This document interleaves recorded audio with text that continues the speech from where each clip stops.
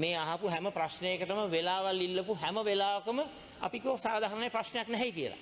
මම මේ අහන්නේ මේ රැකියා විරහිත උපාධිධාරීන් 35000කට රස්සා දෙන එක ගැන උත්තර දෙන්න කල්ලිල්ලන්නේ දැන් අයවැය කතාව ඉදිරිපත් කළ ඉවරයි.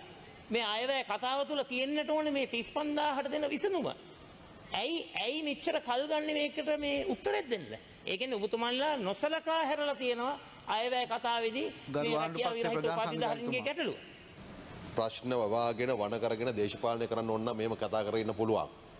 මේ ප්‍රශ්නයට අධ්‍යාපන අමාත්‍යාංශයේ නෙවෙයි මුදල් අමාත්‍යාංශය තුළ අමාත්‍යාංශ ගණනාවක තොරතුරු හොයාගෙන නිවැරදිව අපේ ස්ථිරසාර විසඳුමක් ලබා දිය යුතු නිසා සහ අපි ගැන සාකච්ඡා කරමින් ඉන්නවා. කොහොමත් අපි අයවැය විවාදෙදිත් මේ ගැන මුදල් අමාත්‍යාංශ විශේෂිත වැඩිදුර කරුණු කියනවා.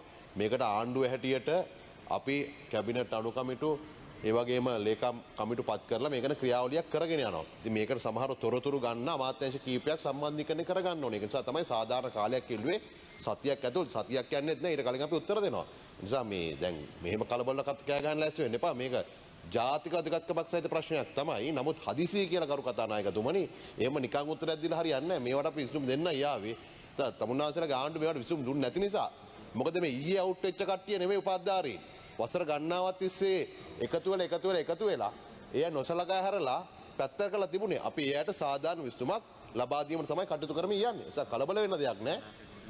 අපි මොකද මේ කරු කතානායකතුමනි රජයේ තියෙන පුරප්පාට ප්‍රමාණය බලන්න ඕන. රජයේ සංවර්ධන ව්‍යාපෘතිය බලන්නට ඕන ව්‍යාපෘති පිළිබඳව. ඒ වගේ මෙයාගේ උපාධිය මොකද්ද? මෙයාගේ ඒ අපේ තියෙන පුරප්පාට වලින් ගැලපෙනකම් මොකද්ද? කතානායකතුමනි පෝලිං ගස්සලා උසනම් සිකියුරිටි ගන්නවා මිට්නම් කංකරු ගන්නවා කිව්වොත් දවසෙන් කියන්න පුළුවන්.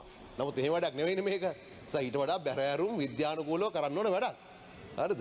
ඒ නිසා තමයි මේ සාධාරණ කාලයක් ගන්නෙ.